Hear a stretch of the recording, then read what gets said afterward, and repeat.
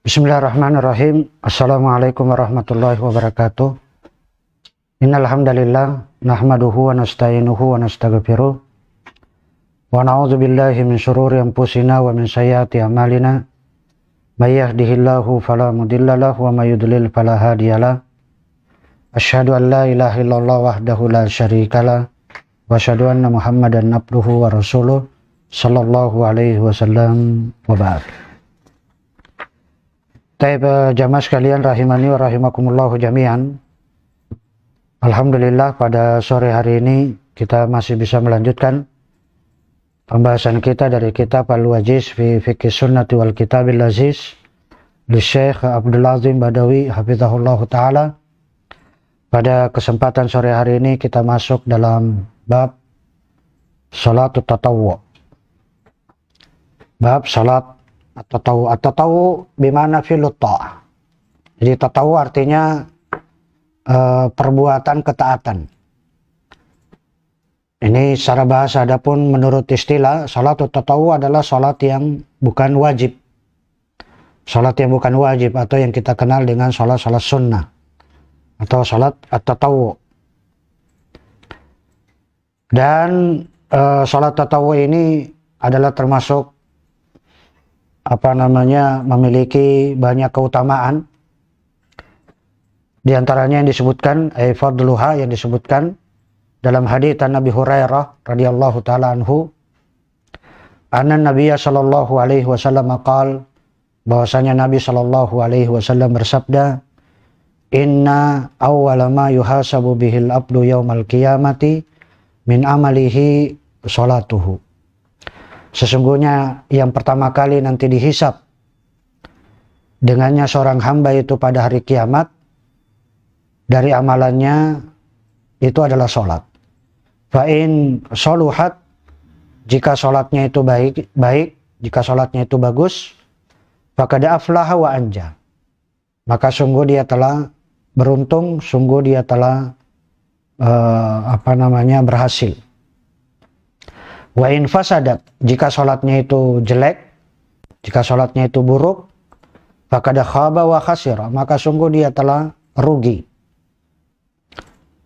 Fa in intaqasa min faridatin syai'an, jika ada kekurangan yang terjadi dari kewajiban-kewajibannya, jika ada sesuatu yang terjadi kekurangan pada yang wajib, qala Rabbu tabaraka wa ta'ala, maka Allah subhanahu wa ta'ala berfirman, unzuru, perhatikan, coba mereka perhatikan, hal li abdi min tatawwu, apakah hambaku ini punya tatawwu, punya sunnah, fa yukammalu biha man taqasa minal faridah, yaitu dengan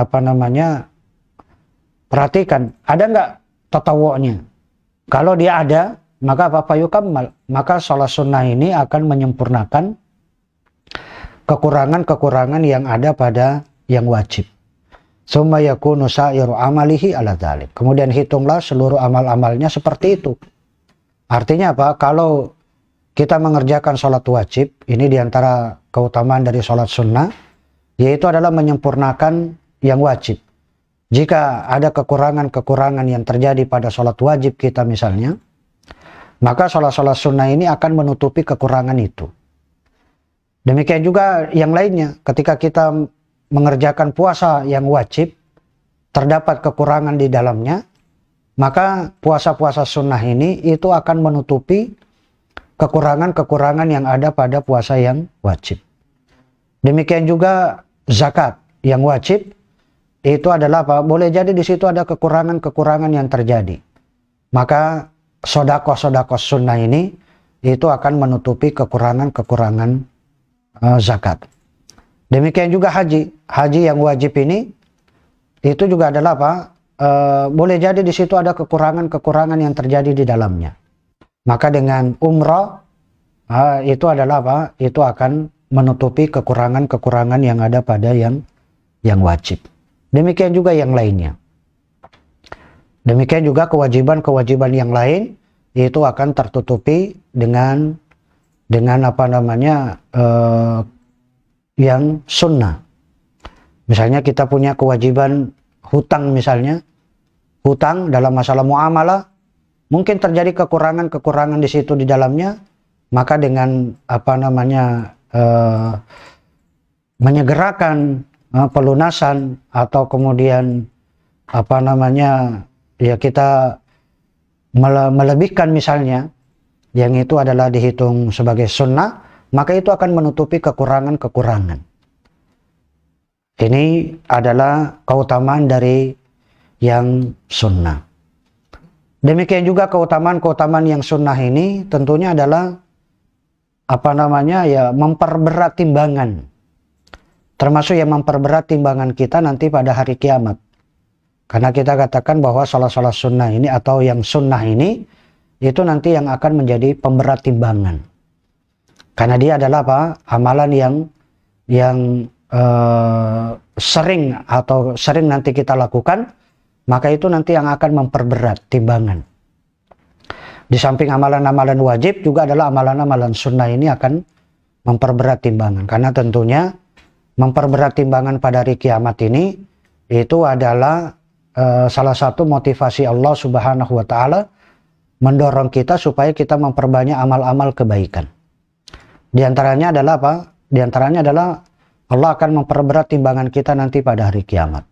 Nah, di antara amalan-amalan yang memperberat itu adalah amalan-amalan sunnah.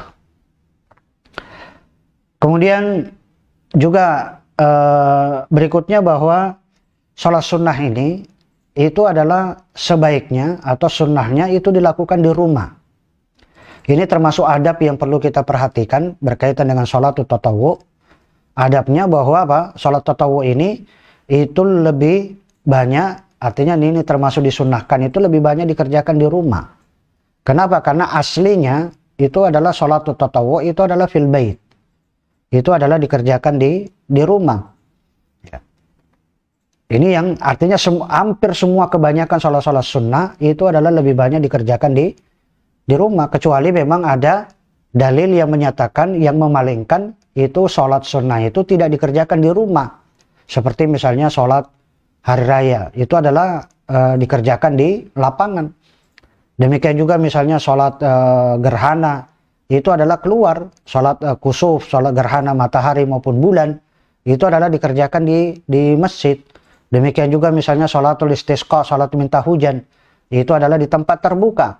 Itu kan ada dalil secara khusus. Tapi selain daripada itu semuanya adalah dikerjakan di rumah, seperti sholat duha, sholat qiyamul lail, sholat tahajud, atau sholat sholat qobliyah, ba'diyah. Itu semuanya adalah sunnahnya dikerjakan di rumah. Bahkan Nabi Shallallahu Alaihi Wasallam, jadi Nabi SAW itu tidak pernah mengerjakan sholat qobliyah dan ba'diyah itu adalah di luar rumahnya. Di luar rumahnya, artinya Nabi SAW itu adalah mengerjakan sholat qobliyah dan ba'diyah itu adalah di rumahnya semuanya, ya kan? Sebagaimana disebutkan dalam hadits dari Abdullah bin Umar, dari saudarinya Hafsah, mengatakan bahwa hafidtu min Rasulullah SAW asyara rakaat, saya menghafalkan dari Nabi SAW itu 10 rakaat, itu adalah 10 rakaat ini adalah semuanya dilakukan di rumahnya. Yaitu rakataini qabla az-zuhri wa rakataini ba'daha wa rakataini ba'dal maghrib wa rakataini ba'dal isya wa rakataini qabla al-fajar. 2 rakaat sebelum duhur, 2 rakaat sesudah duhur, 2 rakaat sesudah maghrib, 2 rakaat sesudah isya, dan 2 rakaat sebelum subuh. Nah, ini adalah itu semuanya dilakukan di rumahnya. Tapi ini dalil menunjukkan bahwa salat sunnah itu adalah afdolnya dikerjakan di rumah. Yang kedua, kenapa kok sholat sunnah itu kita kerjakan di rumah? Karena sholat sunnah ini termasuk amalan yang hendaknya kita sembunyikan. Jadi amalan-amalan sunnah itu hendaknya kita memperbanyak untuk menyembunyikannya. Apa saja perkara-perkara yang sunnah itu kita sembunyikan. Termasuk sholat malam itu kita sembunyikan, jangan kita beberkan. Jangan kita sebarluaskan. Oh, tadi malam saya sholat sunnah begini, tiap malam saya sholat sunnah begini, itu nggak boleh. Atau misalnya puasa sunnahnya itu dia dia ceritakan bahwa dia puasa begini, itu adalah apa? Hendaknya untuk amalan-amalan sunnah itu lebih banyak disembunyikan, tidak dinampakkan. Oleh karenanya apa? Karena ini adalah amalan yang hendaknya disembunyikan, maka itu adalah afdolnya dikerjakan di rumah. Ya kan? Berbeda dengan kalau kita kerjakan di masjid, itu orang akan melihat. Maka ini menunjukkan bahwa sholat sunnah itu hendaknya dilakukan di rumah. Dalil yang menunjukkan juga adalah hadits Jabir radhiyallahu taala anhu qala Rasulullah sallallahu alaihi wasallam. Rasulullah sallallahu alaihi wasallam bersabda, "Idza qada ahadukum as-shalah fi masjidihi," apabila salah seorang dari kalian telah selesai mengerjakan sholatnya di masjidnya, maka apa? Falyaj'al li baitihi nasiban min sholatihi. Maka hendaklah dia menjadikan rumahnya itu ada bagian dari sholatnya. Artinya apa? Hendaknya dia menjadikan rumahnya itu ada bagian untuk sholatnya. Fa inna Allaha ja'ilun fi baitihi min sholatihi nura. Karena sesungguhnya Allah Subhanahu wa taala akan menjadikan di rumahnya dari sholatnya itu adalah cahaya. Artinya sebagai cahaya. Ini juga termasuk menunjukkan keutamaan dari sholat sunnah, bahwa sholat sunnah ini akan memberikan cahaya itu di rumahnya bagi mereka yang suka menghidupkan sholat sunnah. Tapi ini adalah bahwa sholat sunnah itu dikerjakan di rumah. Sebagaimana juga dalil yang saya sebutkan tadi dari Abdullah bin Umar, bahwa Nabi SAW tidak pernah meninggalkan 10 rakaat dan itu semuanya dikerjakan di rumahnya. Ya kan? 10 rakaat qabliyah dan ba'diyah ini itu dikerjakan di rumahnya. Juga dalam hadits yang lain yang menunjukkan bahwa Nabi SAW itu adalah tidak pernah mengerjakan sholat qabliyah dan ba'diyah itu di masjid. Ya kan? Masjid, ya artinya karena Nabi SAW dalam hadits yaitu adalah apa? Nabi SAW berkata kepada Bilal, "Wahai Bilal, aqimu hatta tarawni." Wahai Bilal, kumandangkanlah iqamah ketika engkau melihat saya keluar. Ketika Nabi SAW keluar dari kamarnya, maka Bilal kemudian mengumandangkan iqamah. Tapi ini dan itu Nabi SAW sudah mengerjakan sholat qabliyah di rumahnya. Juga dalam hadis yang lain, an Zaid bin Tsabit, dalil yang lain yang menunjukkan bahwa sholat sunnah ini dikerjakan di rumah. An Zaid bin Tsabit, anna Nabiya sallallahu alaihi wasallam qala, bahwasanya Nabi sallallahu alaihi wasallam bersabda, "Alaikum bis sholati fi buyutikum." Hendaknya kalian sholat itu di rumah-rumah kalian. Fa inna khaira sholatil mar'i fi baitihi, karena sesungguhnya sebaik-baik sholatnya seseorang itu adalah di rumahnya. Illa as-sholatal maktubah, kecuali sholat-sholat yang wajib. Kalau sholat yang wajib bagi laki-laki tentunya adalah dikerjakan di masjid. Sebenarnya ini juga dalil yang menunjukkan bahwa untuk laki-laki menegaskan bahwa laki-laki itu adalah sholat wajibnya itu adalah di masjid. Kenapa? Karena Nabi SAW sebaik-baik sholatnya seseorang itu adalah di rumahnya, kecuali sholat wajib. Jadi mengeluarkan sholat wajib itu tidak dikerjakan di rumah, kecuali kita katakan ini bagi wanita, kecuali bagi wanita mungkin anak-anak itu adalah dikerjakan di rumahnya. Kemudian yang berikutnya tentunya jamaah sekalian rahimani wa rahimakumullahu jami'an, ada banyak perbedaan antara sholat sunnah dengan sholat wajib. Banyak sekali perbedaan.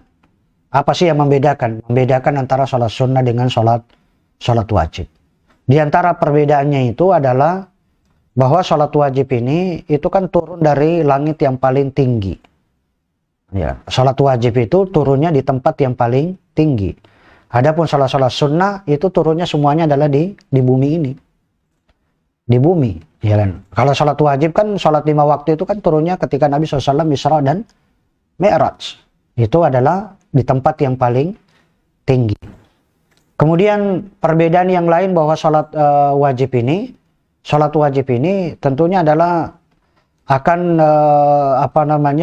jika orang meninggalkan ini itu akan terkena hukuman, yaitu bisa kafir artinya kafir, bisa mengeluarkan seorang itu dari Islam dengan meninggalkan sholat yang wajib. Berbeda dengan sholat sunnah.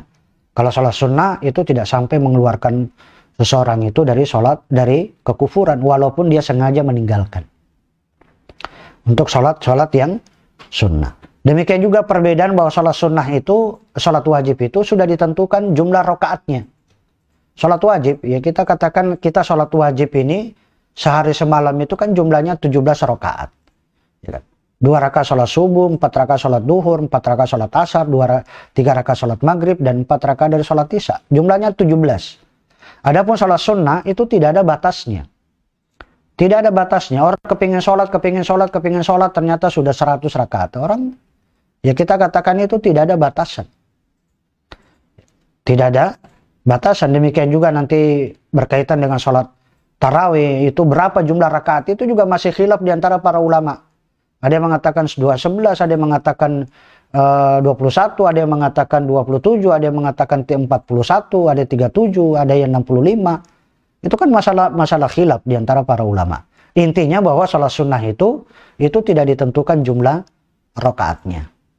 Ya kan? Demikian juga sholat duha. Sholat duha pun juga masalah khilaf di antara para ulama. Ada yang mengatakan 8, ada yang mengatakan 12, ada yang mengatakan tanpa batas. Ini kita juga menunjukkan bahwa sholat duha itu adalah sholat sunnah. Artinya apa? Itu tidak ada batasan. Artinya yang untuk sholat sunnah ini perbedaannya bahwa itu tidak ada batasan jumlah rakaatnya. Apalagi kalau sholat sunnah mutlak. Sholat sunnah mutlak ini adalah hanya kepingin. Ya. Misalnya dia masuk masjid pada hari Jumat, dia sholat 2 rakaat. Kemudian sholat lagi 2 rakaat sampai kemudian khotib naik di atas mimbar. Ketika khotib naik di atas mimbar baru dia berhenti sholat. Dan dia sudah tidak tahu berapa jumlah rakaat yang telah dia lakukan. Kemudian perbedaan yang selanjutnya antara yang wajib dengan sholat sunnah adalah apa? Ya tentunya sholat wajib ini wajib dilakukan secara berjamaah. Wajib dilakukan secara berjamaah. Beda dengan sholat sunnah. Sholat sunnah ini adalah tidak ada kewajiban dilakukan secara berjamaah. Apapun itu sholat sunnah. Justru sholat sunnah ini itu lebih banyak dikerjakan, itu adalah afdolnya, itu adalah sendiri-sendiri. Kecuali memang ada dalil yang menyatakan bahwa sholat sunnah itu dilakukan secara berjamaah. Ya kan? Seperti misalnya apa? Sholat hari raya itu dilakukan secara berjamaah. Karena memang ada dalil. Tapi selain daripada itu qobliyah, ba'diyah, itu adalah apa? Sholat duha, sholat malam, sholat tahajud, qiyamul lail, itu semuanya adalah afdolnya dikerjakan sendiri-sendiri. Kemudian perbedaan selanjutnya dari sholat wajib dengan sholat sunnah ini, bahwa sholat wajib ini ya tentunya adalah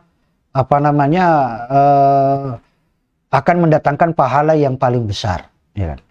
Pahala yang diberikan bagi mereka yang mengerjakan yang wajib dengan yang sunnah, tentunya yang wajib itu adalah pahala yang sangat besar di sisi Allah Subhanahu wa Ta'ala.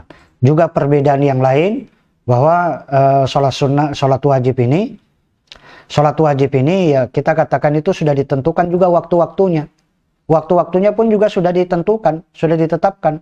Sebagaimana Allah Subhanahu wa Ta'ala berfirman, "Inna sholata kanat 'alal mu'minina kitaban mauquta."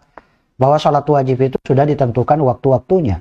Adapun sholat sunnah, ya kita katakan waktunya kapan saja. Artinya tidak ditentukan waktu-waktunya. Tapi ini perbedaan antara sholat wajib dengan sholat sunnah, dan tentunya masih banyak lagi perbedaan-perbedaan yang lainnya. Adapun macam-macamnya sholat sunnah, macam-macam dari sholat sunnah, macamnya itu diantara macamnya sholat sunnah itu ada sholat sunnah yang dilakukan di istilahnya ada yang mengiringi sholat wajib. Dan ini yang disebut dengan sholat sunnah rawatib atau sholat sunnah qobliyah dan ba'diyah. Ada juga sholat sunnah sholat sunnah yang dikerjakan di malam hari. Ada juga sholat sunnah yang dikerjakan di siang hari. Kalau sholat sunnah yang dikerjakan di malam hari seperti sholat qiyamul lail, sholat tahajud, sholat tarawih. Kemudian ada pun sholat sunnah yang dikerjakan di siang hari, yaitu adalah misalnya sholat sholat duha, ya kan? Sholat duha ini adalah sholat atau qobliyah Qobliyah dan ba'diyah ini ada yang dikerjakan di malam hari dan ada yang dikerjakan di siang hari. Demikian juga bahwa sholat sunnah ini macamnya ada yang dilakukan secara berjamaah, ada juga yang dilakukan tidak secara berjamaah. Seperti misalnya sholat tarawih dilakukan secara berjamaah, sholat gerhana, sholat hari raya itu dilakukan secara berjamaah. Ada juga sholat sunnah yang tidak dilakukan secara berjamaah, yaitu seperti sholat duha, seperti sholat qiyamul lail, ini adalah dilakukan tidak secara berjamaah. Ada juga namanya sholat sunnah muqayyad, ada juga sholat sunnah yang mutlak. Ada sholat sunnah yang muqayyad, artinya yang sholat sunnah yang ada sebab. Ada sholat sunnah yang ada sebab. Seperti misalnya sholat tahiyatul masjid, ini karena orang sholat karena dia masuk ke dalam masjid. Atau misalnya dia sholat karena itu sehabis wudhu, ya kan? Ini ada sebabnya, dia sholat karena ada sebab, yaitu adalah sehabis berwudhu. Ada juga yang sholat karena misalnya ada sebab jenazah yang ada, ini karena ada sebab. Ini namanya sholat sunnah muqayyad. Ada juga sholat sunnah yang mutlak. Sholat sunnah mutlak itu adalah sholat sunnah yang tanpa ada sebab, ya kan? Tanpa ada sebab. Adapun sholat sunnah mutlak ini tentunya adalah sholat sunnah yang cirinya itu adalah tidak punya nama. Dia tidak punya nama sholatnya. Sholat apa namanya? Enggak ada, karena hanya berdasarkan keinginan. Kemudian juga yang kedua, bahwa sholat sunnah mutlak ini itu tidak ditentukan jumlah rakaatnya.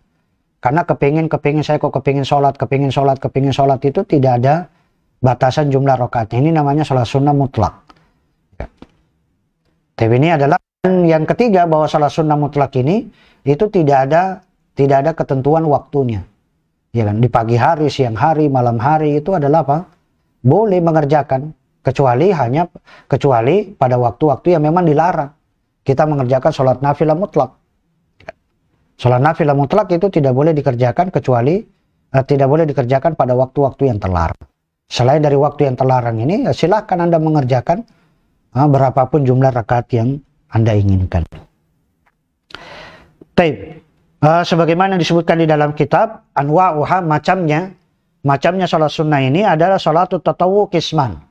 Sholat sunnah itu ada dua macamnya. Ini dia melihat dari satu tinjauan. Yang pertama adalah mutlaqah, yang kedua adalah muqayyadah. Ada sholat sunnah mutlak, ada sholat sunnah muqayyadah. Sholat sunnah mutlak tadi yang sudah kita sebutkan adalah sholat sunnah yang tanpa ada sebab. Kalau muqayyadah itu adalah sholat sunnah yang ada sebabnya. Fal muqayyadah, adapun sholat sunnah muqayyadah yang dimaksudkan dengan sholat sunnah muqayyadah, wahiyal ma'rufa bi as-sunanil al-rawatib. Inilah yang dikenal dengan sunnah-sunnah rawatib. Sunnah-sunnah rawatib atau sunnah-sunnah yang mengiringi sholat wajib. Ini namanya sholat sunnah rawatib, sholat sunnah yang mengiringi sholat wajib. Bisa kita katakan qabla sholati wa ba'daha. Bisa dikerjakan sebelum sholat dan bisa dikerjakan sesudah sholat. Dan ini pun juga terbagi menjadi dua. Sholat sunnah rawatib ini itu juga terbagi menjadi dua. Ada yang apa? Ada yang muakkadah, ada yang ghairu muakkadah. Ada sholat sunnah yang ditekankan dan ada sholat sunnah yang tidak ditekankan. Ada sholat sunnah muqayyad yang ditekankan, ada sholat sunnah qobliyah dan ba'diyah yang tidak ditekankan, yang ditekankan dan yang tidak ditekankan. Adapun yang ditekankan, sholat sunnah yang qobliyah, ba'diyah yang ditekankan, itu jumlah rakaatnya ada 10. Ada 10. Sebagaimana disebutkan di sini, ada 12. Fal muakkadatu sinta asyarata rakaat. Adapun sholat sunnah qobliyah yang di ba'diyah, qobliyah dan ba'diyah yang ditekankan, itu jumlahnya ada 12. Ada 12. Yaitu adalah apa? Sebagaimana disebutkan di dalam hadits dari Abdullah bin Shaqiq. 12 itu adalah 4 rakaat sebelum duhur. 4 rakaat sebelum duhur. Kemudian 2 rakaat sesudah duhur, berarti sudah 6. Kemudian 2 rakaat sesudah maghrib, yaitu sudah 8. 2 rakaat sesudah isya, yaitu ada 10. Dan 2 rakaat sebelum subuh. Ini adalah termasuk sholat sunnah yang ditekankan. Adapun salat sunnah nanti yang tidak ditekankan jumlahnya ada 10. Nanti akan kita sebutkan. 12 rakaat yang ditekankan itu adalah hadis sebagaimana disebutkan dalam hadis an Abdullah bin Syaqiq. Dari Abdullah bin Syaqiq radhiyallahu taala qala, sa'altu Aisyah radhiyallahu taala anha. Saya pernah bertanya kepada Aisyah radhiyallahu taala anha an salati Rasulullah sallallahu alaihi wasallam, tentang salat yang dikerjakan oleh Rasulullah SAW, an tatawwu'ihi, dari salat sunnahnya. Dari salat sunnahnya. Faqalat, kemudian Aisyah radhiyallahu taala anha menjawab, kana yusalli fi baiti qabla adh-dhuhri arba'an. Nabi SAW mengerjakan sholat di rumahku sebelum duhur itu adalah 4 rakaat. Jadi sebelum duhur Nabi SAW mengerjakan 4 rakaat. Nah ini qobliyah, itu adalah dikerjakan 4 rakaat. Summa yakhruju fayusalli bin nas. Kemudian beliau keluar mengimami orang-orang, mengimami para sahabat. Summa yadkhulu, kemudian beliau masuk lagi ke dalam rumahnya, fayusalli rakataini, kemudian beliau salat ba'diyah. Itu 2 rakaat itu dikerjakan di rumahnya. Ini juga dalil sebenarnya menunjukkan kepada kita sebagaimana yang kita sebutkan tadi, bahwa salat sunnah qobliyah dan ba'diyah itu adalah afdolnya itu dikerjakan di rumah. Afdolnya dikerjakan di rumah. Demikian juga wa kana yusalli bin nasi al maghrib. Nabi SAW mengerjakan setelah mengimami sahabat itu salat maghrib, setelah mengimami para sahabat salat maghrib, summa yadkhulu, kemudian beliau masuk lagi ke dalam rumahku, kata Aisyah, fa yusalli rak'ataini, kemudian beliau salat 2 rakaat, artinya 2 rakaat ba'diyah maghrib. Kemudian wa yusalli bin nasi al-isya, kemudian beliau keluar lagi mengimami orang-orang untuk salat isya. Wa yadkhulu baiti, kemudian beliau masuk lagi ke dalam rumahku, kata Aisyah, fa yusalli rak'ataini, kemudian beliau salat 2 rakaat sesudah salat isya. Wa kana yusalli minal laili 9 raka'atin fihinna al-witr. Kemudian Nabi SAW mengerjakan sholat di malam hari 9 rakaat yang itu adalah witir. Wa kana yusalli lailan tawilan, dan Nabi SAW mengerjakan sholat itu malam itu panjang, qa'iman, sambil berdiri.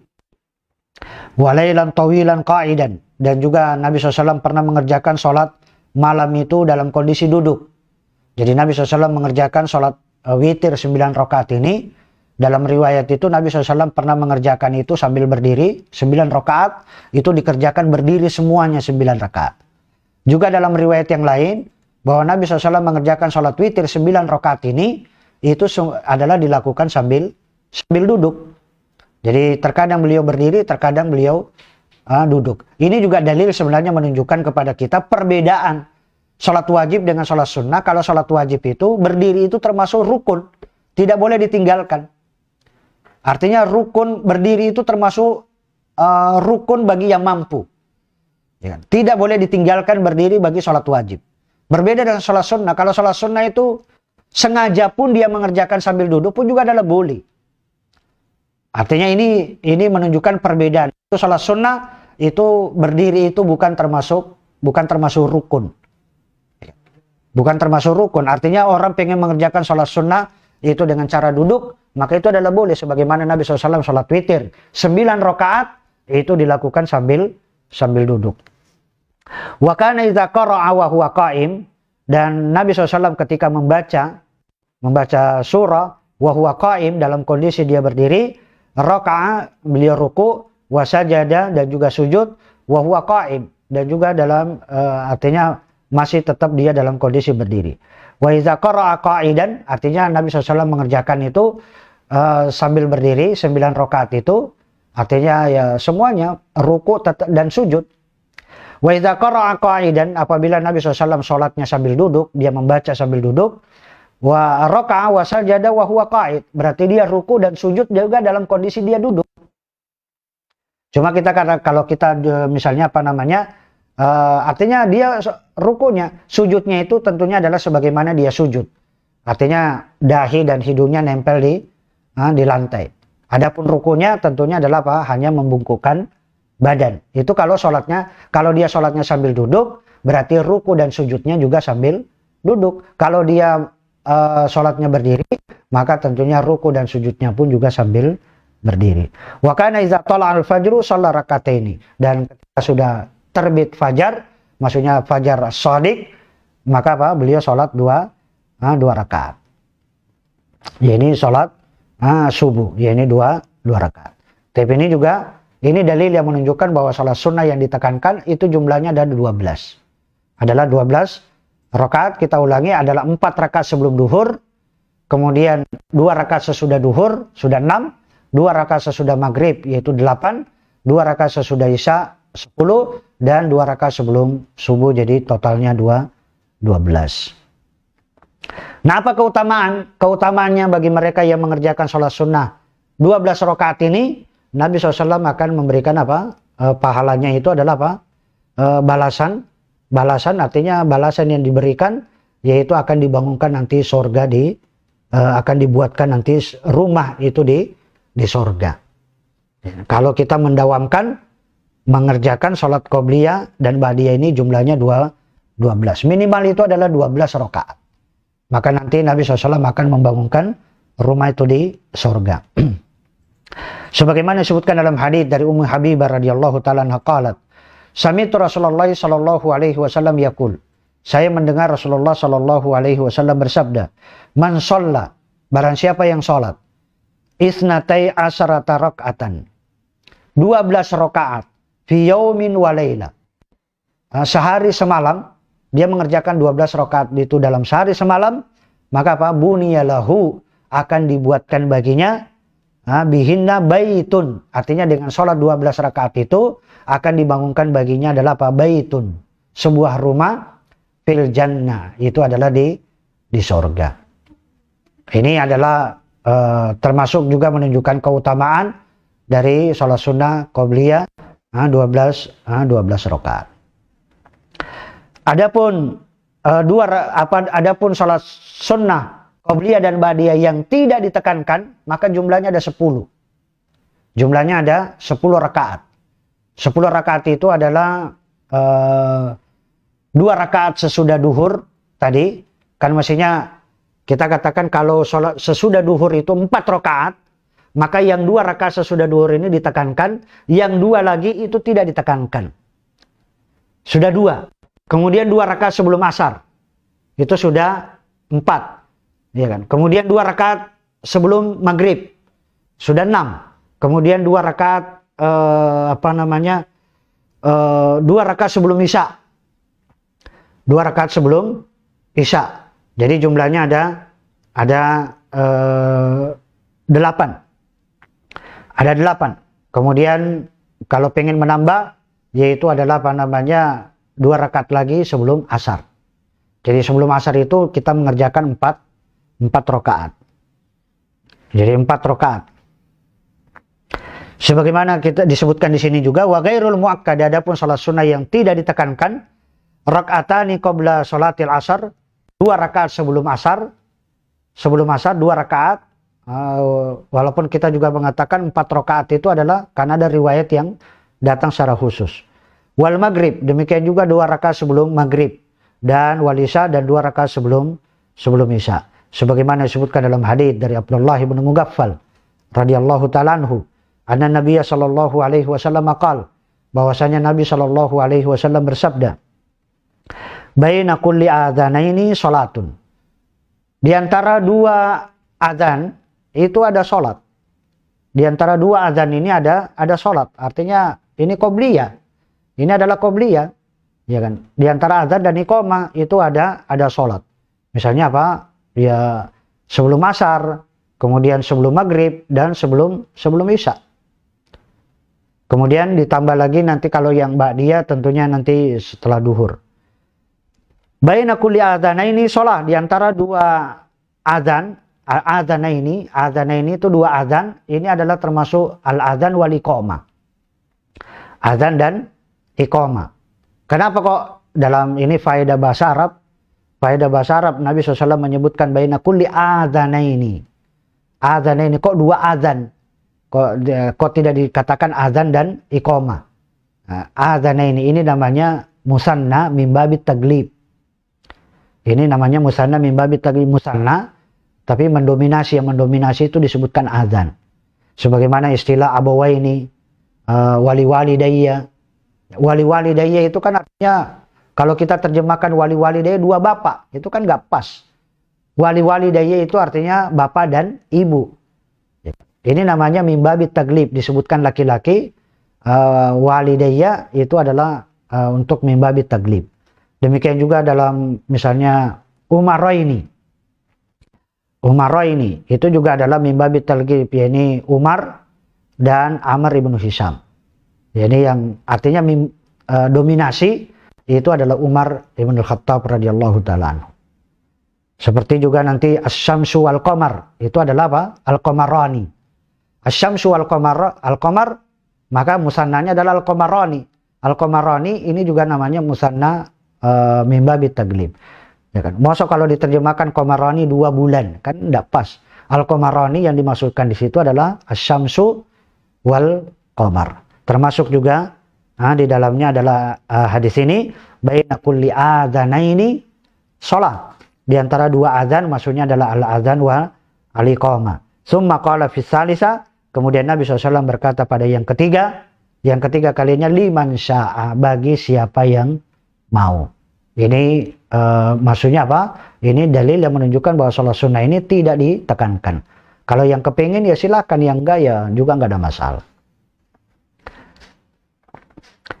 Kemudian juga sebagaimana yang saya sebutkan tadi, bahwa yang untuk sholat sebelum sholat asar itu sunnahnya adalah 4 rakaat. Itu termasuk sholat sunnah yang hendaknya dijaga 4 rakaat sebelum asar. Artinya ini qobliyah asar, yaitu jumlahnya ada 4. Jumlahnya ada 4. Yaitu sebagaimana disebutkan dalam hadits an Ali bin Abi Thalib radhiyallahu ta'ala anhu qala, kana Nabi sallallahu alaihi wasallam yusalli qabla al-'asri 4 raka'atin. Nabi sallallahu alaihi wasallam salat sebelum asar itu adalah 4 rakaat. Salat sebelum asar adalah 4 rakaat. Yafsilu bainahunna bitaslim, dan dipisahkan di antara artinya dipisahkan 4 rakaat itu dengan salam. Maksudnya apa? Dikerjakan itu adalah 2 rakaat salam, kemudian 2 rakaat salam. Bitaslimi alal malaikatil muqarrabin, kepada malaikat yang muqarrabin, wa man tabi'ahum minal muslimin wal mu'minin, dan juga orang-orang yang mengikuti mereka dari kalangan kaum muslimin dan juga kaum mukminin. Baik, jamaah sekalian rahimani wa rahimakumullah jami'an. Kalau kita mendapati hadis dari Nabi Shallallahu alaihi wasallam yang menunjukkan karena Nabi SAW yusalli qabla al-asri 4 raka'atin. 4 raka'atin, maka yang kita pahami di sini jangan dipahami itu adalah kaifiyah. Jangan dipahami itu bahwa itu adalah yang dimaksudkan itu adalah tata cara. Oh, berarti apa? Nabi SAW mengerjakan 4 rakaat sebelum asar, maksudnya itu tata cara, berarti 4 rakaat itu 1 salam. Dengan 4 rakaat 1 salam. Itu jangan dipahami seperti itu. Yang dipahami yaitu adalah apa? Yang dipahami bahwa hukum aslinya sholat sunnah itu adalah 2 rakaat. 2 rakaat, artinya 2 rakaat salam, 2 rakaat salam. Sebagaimana disebutkan dalam hadis dari Abdullah bin Umar radhiyallahu ta'ala anhuma, dan juga hadis yang lain, bahwa apa?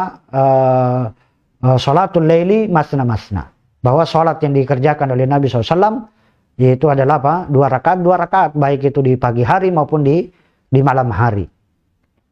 Itu adalah sholat, atau misalnya kita menyebutkan dalam hadis dari Ummu Atiyah misalnya, atau hadis Aisyah radhiyallahu ta'ala anha, karena Nabi SAW la yada'u qabla al-asri qabla al-zuhri arba'an. Nabi SAW itu tidak pernah meninggalkan 4 rakaat sebelum duhur. Apakah kemudian 4 rakaat sebelum duhur ini maksudnya itu adalah kaifiyah, tata caranya setiap berarti kita mengerjakan 4 rakaat dengan 1 salam? Bukan itu yang dimaksudkan.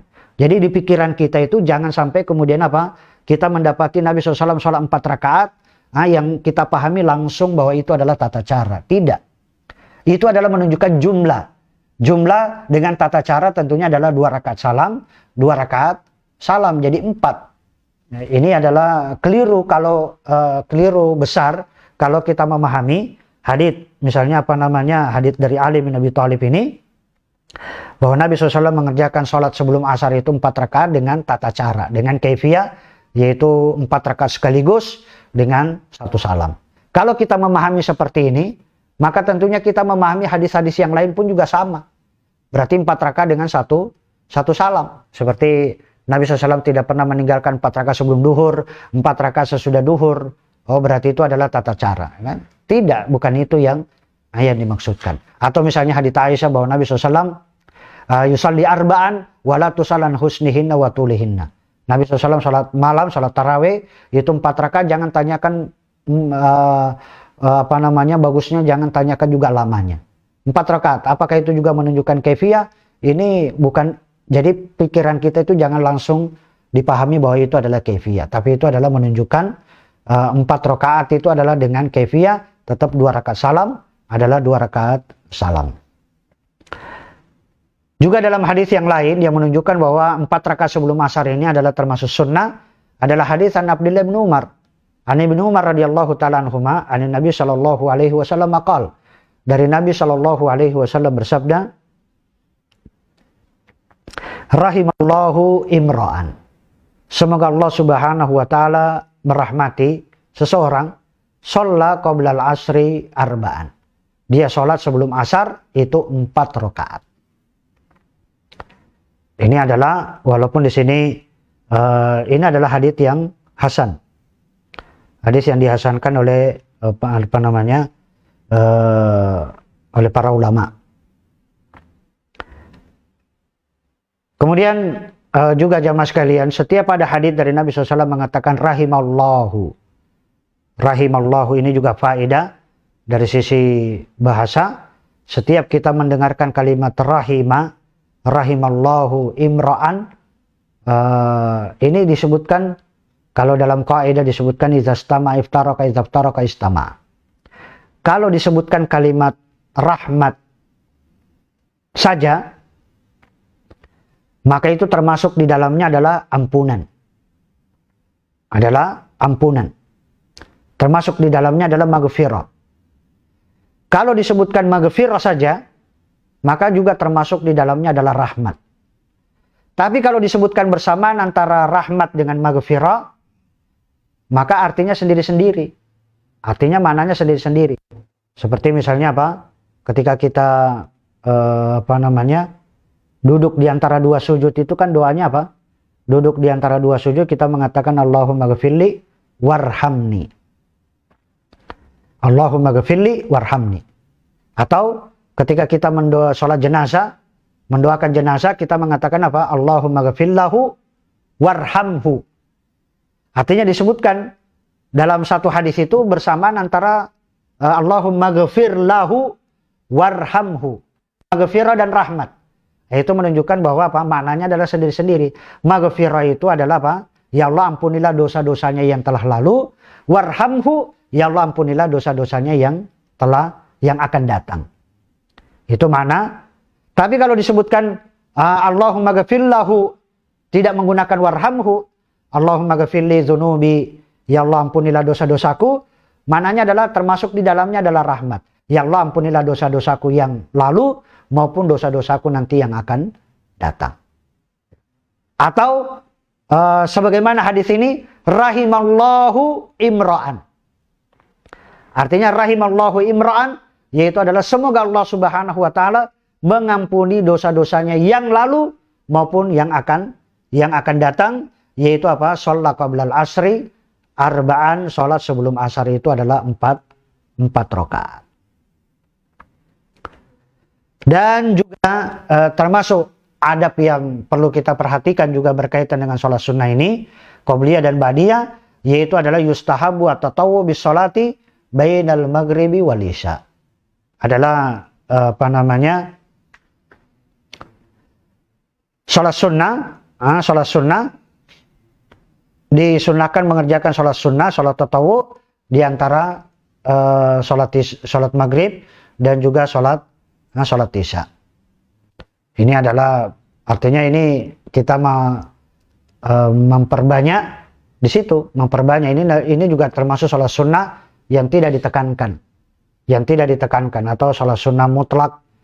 Bisa jadi karena orang yang menunggu sholat dari maghrib sampai isya, menunggu sholat itu akan terhitung sholat. Apalagi kalau dia mengerjakan sholat. Dia mengerjakan sholat 2 rakaat, setelah maghrib, setelah sholat dia maghrib, dia 2 rakaat, kemudian dia mengerjakan lagi sholat sunnah, sampai waktu isya tiba. Begitu waktu isya tiba baru dia berhenti sholat. Ini juga adalah termasuk sholat sunnah yang termasuk sholat sunnah. Sebagaimana disebutkan dalam hadits Hudzaifah radhiyallahu taala qala, ataitu Nabiy sallallahu alaihi wasallam. Saya pernah mendatangi Nabi sallallahu alaihi wasallam, fa shallaitu ma'ahu al-maghrib. Dan saya sholat bersama beliau sholat maghrib. Fa shalla ila isya. Maka beliau sholat itu sampai kemudian isya. Artinya beliau melanjutkan dengan sholat sunnah itu sampai tiba waktu isya. Demikian juga dalam hadis dari Anas bin Malik ketika menyebutkan tentang ayat tatajafa junuduhum anil madaji hatta yad'una rabbahum khaufan wa tama'an. Qal kanu yatayaqqaduna ma bainal maghrib wal isya yusallun. Mereka kemudian bangun di antara maghrib dan isya dan mereka mengerjakan sholat. Artinya mereka mengerjakan sholat di antara maghrib dan isya. Tapi ini adalah termasuk sholat sunnah yang ada sholat sunnah yang ditekankan, ada sholat sunnah yang tidak ditekankan. Adapun bacaan yang dibaca ketika qobliyah dan ba'diyah, apa saja bacaan surah yang dibaca pada sholat sunnah qobliyah maupun ba'diyah, yaitu adalah sebagaimana yang datang dalam riwayat. Maja'a fi qiraatin Nabi sallallahu alaihi wasallam fi ba'di hadhihi as-shalawat. Yaitu adalah surat yang dibaca tentunya adalah sholat sunnah secara umum, qobliyah dan ba'diyah. Itu surah yang dibaca adalah rakaat yang pertama qul ya kafirun dan rakaat yang kedua adalah qul huwallahu ahad. Qul ya kafirun dan qul huwallahu ahad ini bacaan secara umum surah yang dibaca. Ya kan? Salat sunnah, qobliyah dan ba'diyah. Sebagaimana disebutkan dalam hadits Aisyah radhiyallahu taala anha qalat, karena Rasulullah SAW yaqul. Rasulullah SAW bersabda, "Ni'matis suratani yuqra'u bihima fi rakataini qabla al-fajri. Qul huwallahu ahad wa qul ya ayyuhal kafirun." Ada 2 surah yang sangat bagus, yang sangat baik. Yuqra'u bihima yang dibaca keduanya fi rakataini qabla al-fajr. 2 rakaat sebelum subuh. Ini 2 rakaat sebelum subuh, ini adalah 2 surah yang sangat bagus untuk dibaca, yaitu adalah qul huwallahu ahad dan qul ya ayyuhal kafirun. Qul huwallahu ahad dan qul ya kafirun. Walaupun ini kita katakan para ulama ada ya ini secara umum, apakah kita mendahulukan karena ini huruf waw dalam bahasa Arab di sini, wa qul huwallahu ahad wa qul ya kafirun, artinya apa? Bisa kita kerjakan, kita bisa membaca qul huwallahu ahad rakaat yang pertama, kemudian rakaat yang kedua qul ya kafirun, atau rakaat yang pertama qul ya kafirun, atau rakaat yang kedua qul huwallahu ahad. Tapi ini adalah karena waw di situ namanya mutlaqul jam'i. Jadi boleh ini, boleh itu. Ya. Walaupun ada sebagian dari ulama menyatakan yang afdol itu adalah hendaknya adalah berurutan.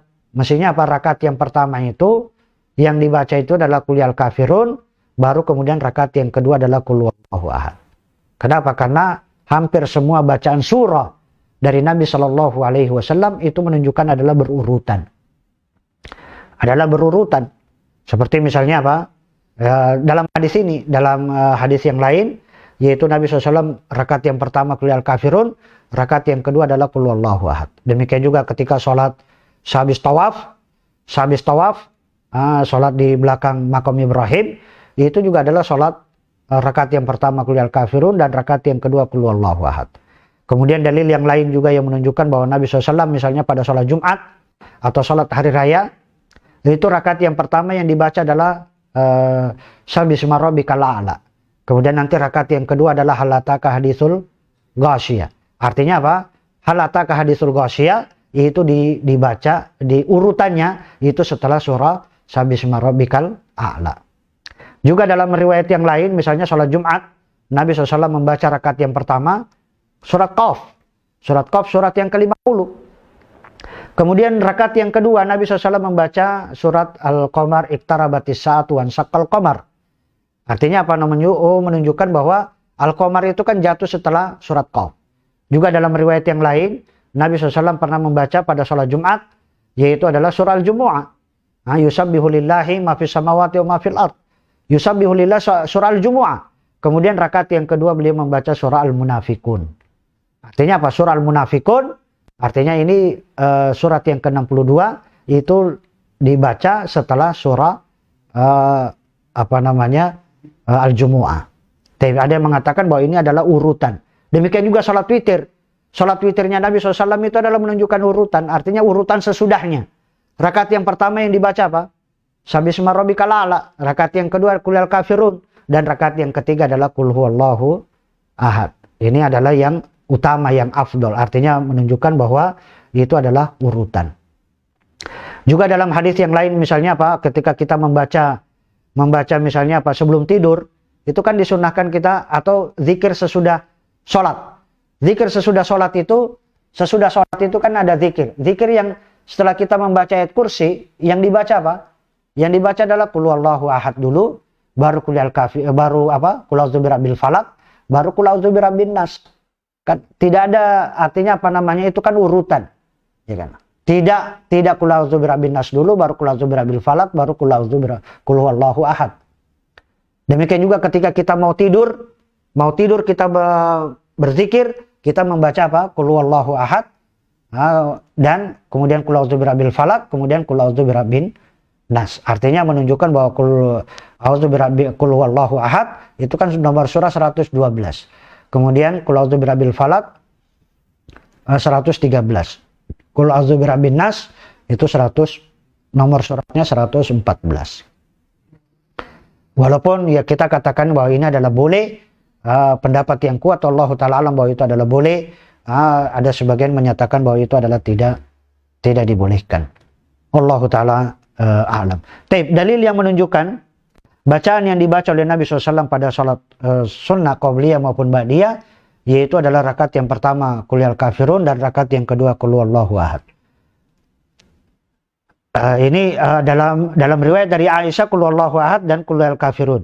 Adapun dalam riwayat dari Abu Hurairah radhiyallahu taala anhu qala anna Rasulullah sallallahu alaihi wasallam qara'a fi rakaatil fajr, bahwa Nabi SAW membaca pada dua rakaat sebelum subuh, yaitu adalah qul huwal kafirun dan qul huwallahu ahad.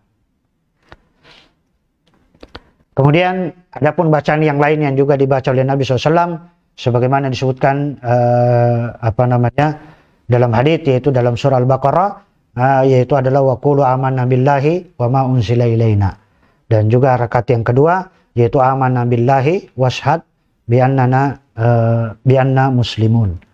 Tapi itu yang dibaca pada salat sunnah. Wallahu taala alam. Saya kira itu yang bisa sampaikan. Aqulu qouli hadza astaghfirullah li wa lakum. Assalamualaikum warahmatullahi wabarakatuh.